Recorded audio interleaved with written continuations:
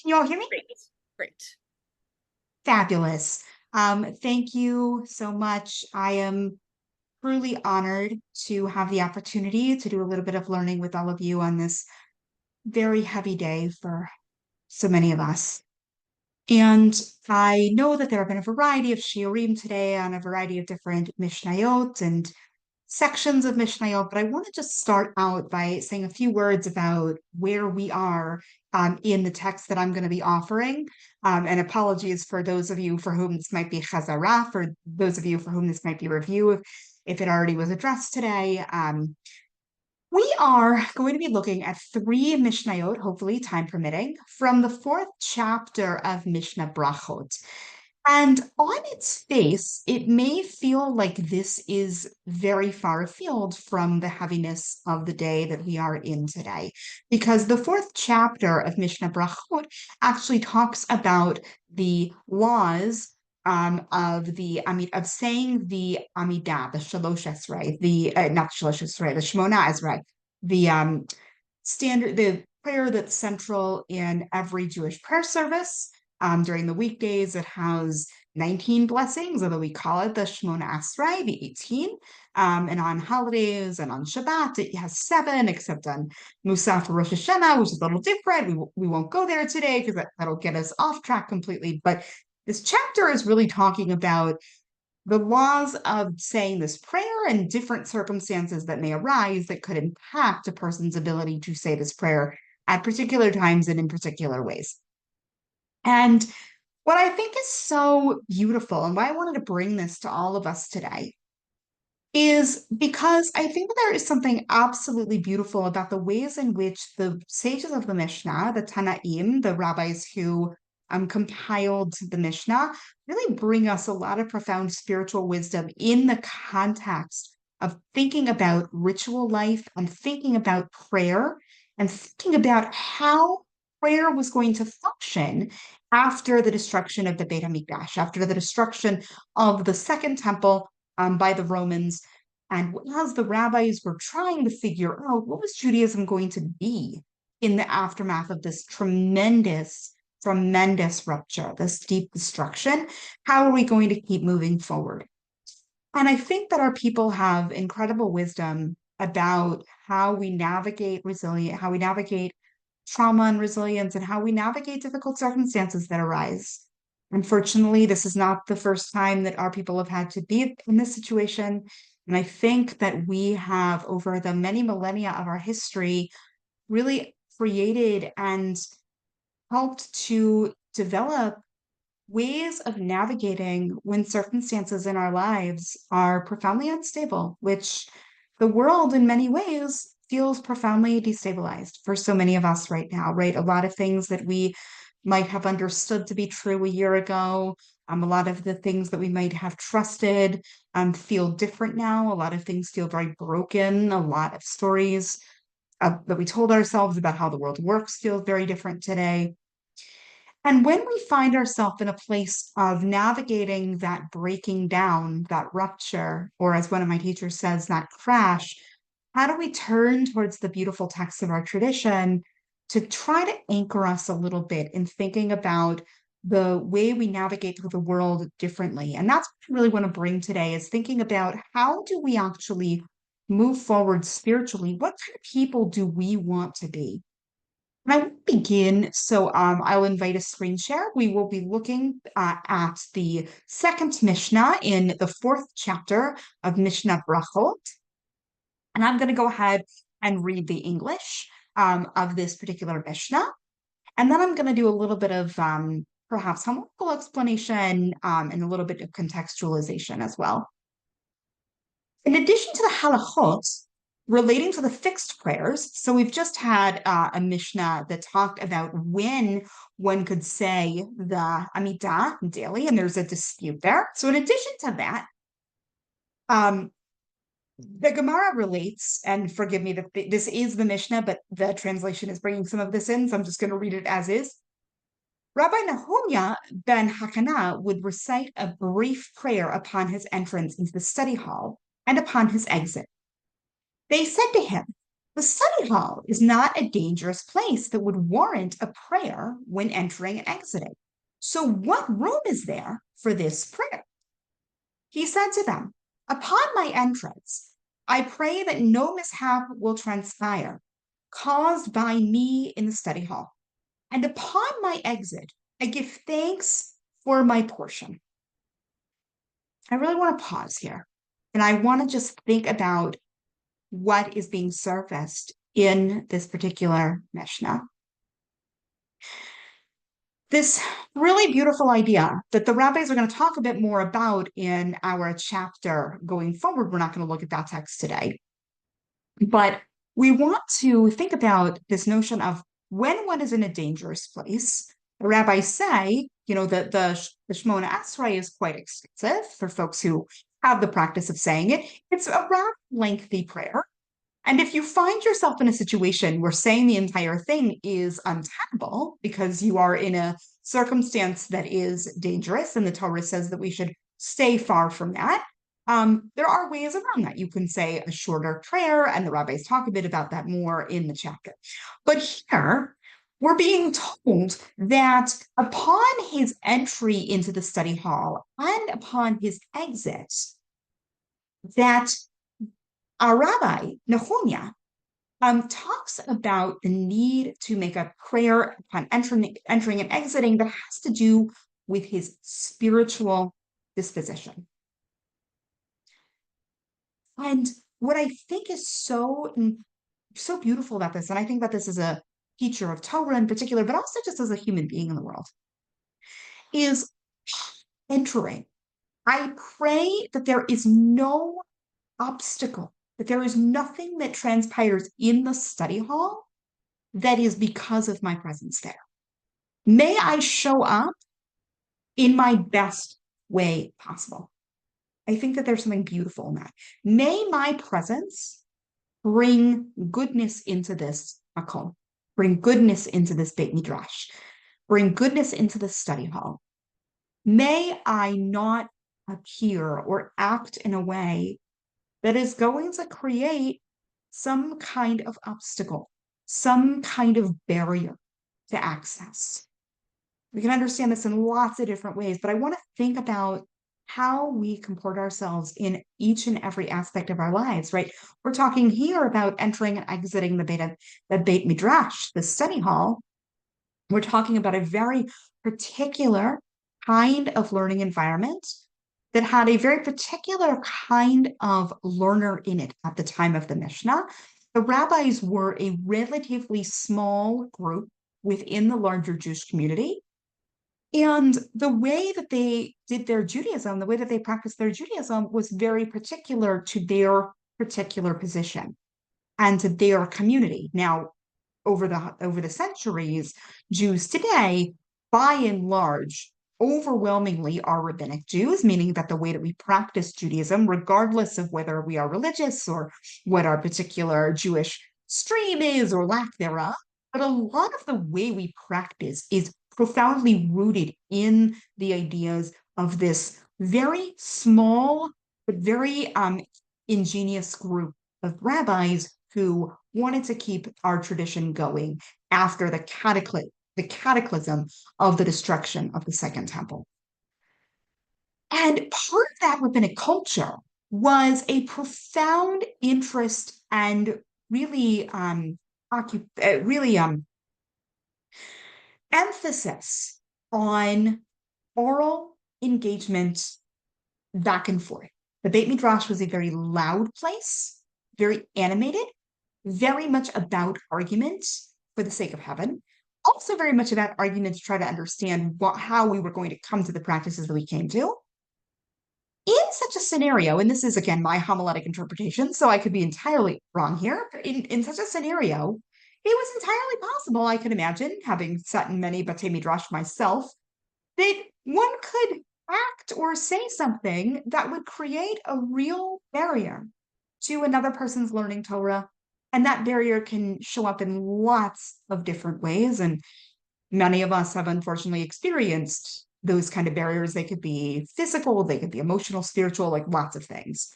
And this beautiful prayer here that yes, The halachot, the prayer times are important, but also when I am entering this sacred Jewish space and when I am being present in that sacred Jewish space, may I not create a barrier, an obstacle to someone else's learning through something that I do. It's a real act of profound anava or humility that this is the prayer that's being said.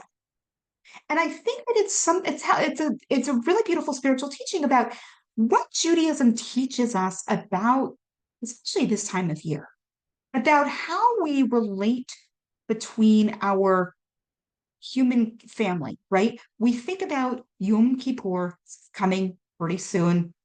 And when we are preparing our souls for Yom Kippur, we are thinking about, and this is in a different Mishnah, which we're not going to learn today, but there is a very clear rabbinic teaching that Yom Kippur atones for sins bein Adam lamakom, which is one of my favorite names for the divine, between human beings and the divine, not between Adam lachavero, not between human beings and other human beings. For those kinds of transgressions, and I think this is probably familiar to many of us, we have to do the work of apology and tshuva. And that is an often very hard, complicated process for all parties involved. And it's spiritual work to be able to enter Yom Kippur, able to really focus on the spiritual work of being in right relationship and right alignment with the divine, or if that's not really your speed, if God's not really something that resonates for you, being in right alignment with that which is greater, with the universe, with how we are in the world in general. And so too, I think that there's something really beautiful about this teaching where we're being told here that in fact, entering the study hall, yes, it is not maybe not a dangerous place in the way the rabbis are going to talk about later on in this chapter. But in fact, there are ways in which our certainties, our ways of understanding Torah can get in the way. We can get in our own way. And so taking a step back and actually inviting a prayer that may I please not engage in something that is going to create a barrier or that is going to cause some kind of discord. That I think is profound. That I am not going to create a mishap that to use our translation, and that it's not caused by me, that I don't do something, that I'm really careful in my teaching, and that I have a posture of deep humility and deep anava, which is rooted in trust for myself and those that I am with.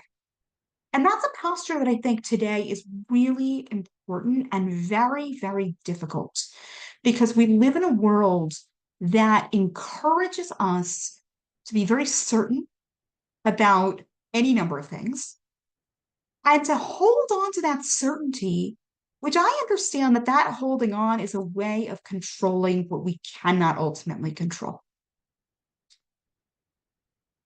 I was practicing with a teacher of mine earlier today, and we were talking about how do we cultivate, and this is my word, not theirs, but how do we cultivate a sense of hope as an act of choice in these days? Not as a way of pretending that things are not as they are, because things are very, very difficult, but as a way of making active choices every day about the kind of person we want to be, given that we don't know what's going to happen next. And as my teacher said, we are very bad as human beings at predicting the future. We're terrible at predicting the future. We try, right? We hold on to these ideas, we hold on to these certainties. If this happens, then that will happen. Speaking personally, I have plenty of those in my own self, right? I have plenty of things that I really hold on to because I imagine, like, well, this needs to happen in order for this to happen, in order for the kind of future that I want to bring into the world to happen. And the humility of remembering that actually we don't control the future, but what do we control? We control our actions every day, every moment of every day. Musar, which is a spiritual discipline that I'm very deeply connected to, really talks about this notion of the Kabbalah, which I want to name. Many of you probably have heard that term before, the term Kabbalah, and you've heard it in the context of Jewish mysticism, which is by and large how we use the term. And in Musar literature, a Kabbalah is actually a small daily action that aligns with a particular soul quality that a person is working through. And it's a way of really manifesting our spiritual work in our actual daily lives, in and through our actions. And I really imagine this Mishnah is giving over that kind of teaching, that may I cultivate a place of humility, which is rooted in trust of myself, right? This is the way that Jewish tradition understands humility is very different from how other traditions do. The Jewish tradition doesn't think of humility as this idea of making myself small and contracting myself and really engaging in self-nullification. It's actually about rooting in my deep worthiness, because one of our foundational teachings is that every single human being is created b'tselem Elokim, in the image of Hashem and the image of God. Therefore, every single human neshama, every single human soul has inherent dignity and worth, which we know gets completely disregarded every minute of every day. And that is still a foundational teaching that we aspire to live out every day, I believe. And so, with that as our anchor, when we think about kind of humility that is being cultivated in this Mishnah around prayer, we can really think about how, through that sense of I am deeply worthy as a human being, regardless of what society tells me. Society tells me lots of things, but I am deeply worthy as a human being. And so may my actions align with my knowing that I am a deeply worthy human being. And why I think it's so important to remember that and to cultivate that is because many of us were conditioned precisely the opposite. I certainly was conditioned precisely to think of myself as completely unworthy and small and unimportant and lacking in any kind of value. And so part of the spiritual work I think we can do, especially in a world that often sends messages that say we are lacking in value, or we are not, important, or we are not even human in some cases, which is profoundly like awful. We can actually root ourselves and say, no, like our tradition is a deeply, deeply honest examination of the reality that human beings are fallible. We make very poor choices lots of the time. And and we are so deeply loved by the divine that we are created with B'Tselem Elohim, that we are created in the image of the divine. And that can hold us, even and especially when it feels utterly impossible to believe that, which frankly, it often does for me feel utterly impossible to believe that. So as I present this now, I'm not presenting this as a way of saying, do X, Y, and Z and everything will be great. I'm presenting this as an aspiration and as a choice to lean into this because it is so intensely difficult in the world that we actually live in. But when we engage in this prayer, right, that we're being invited into in this Mishnah, we are reminding ourselves of that place within ourselves that knows of our inherent worth. We are protecting that. And relatedly, to say a couple of words about what is said in about his closing prayer. And upon my exit, I give thanks for my portion, for my chelki. I'm thankful for what I've learned, for the Torah that I have, for the wisdom that I have. What a beautiful, beautiful thing to just be in that place of what a blessing to have the wisdom that I have and to be growing in the wisdom that I have and to really be animated by the Torah that I teach or by whatever it is that animates us. And it's again an aspect of, I think, really grounding in the fact that we are all deeply limited as human beings, that we all have this worth and we all have our unique portion. And I would go one step further and say, it's not only about thanking God for one's portion, it's also about acknowledgement that just as I have my portion, you have your portion. And so we get to be learning and growing and in relationship. We get to create that. Um, Recognizing that we only have about 10 minutes left, I'm going to now invite us to move to the next Mishnah. We may not get to the final Mishnah, that's completely fine. But I'm going to go ahead and we're going to move down to now Mishnah 4 of chapter 4. Rabbi Eliezer says, one whose prayer is fixed, his prayer is not supplication and is flawed. Forgive the translation here. And I'm going to just skip past this thing about what the Gemara will clarify. Rabbi Yehush says, one who cannot recite a complete prayer because they are walking in a place of danger, recites a brief prayer and says, says, redeem Hashem, your people, the remnant of Israel. At every transition, the meaning of this. Okay, so I'm going to just pause there. The last of this is a bit more of a explanation and guidance for the Gemara, so we're just going to pause there. May their needs be before you. Blessed are you, Hashem, who listens to prayer. So I think here again, there is an interesting teaching that Rabbi Eliezer, is bringing us. One whose prayer is fixed, their prayer is not supplication and is flawed. And again, I apologize for the translation here. When we often translate, as I say, those of you who learned with me before know that one of the things that I often talk about is that translation is commentary. So I always encourage folks to look at the Hebrew on their own and kind of get a sense of it, and to look at a variety of translations. But that as a side point, I think that the teaching here is really interesting in the sense of our lives as Jews, our spiritual lives as Jews, and those who are Jewish adjacent and people of all traditions who may be joining us today, are evolving, right? Those of us who have a prayer practice that in any way is connected to the Jewish prayer book know that part of that practice is that we actually say the same words every single day.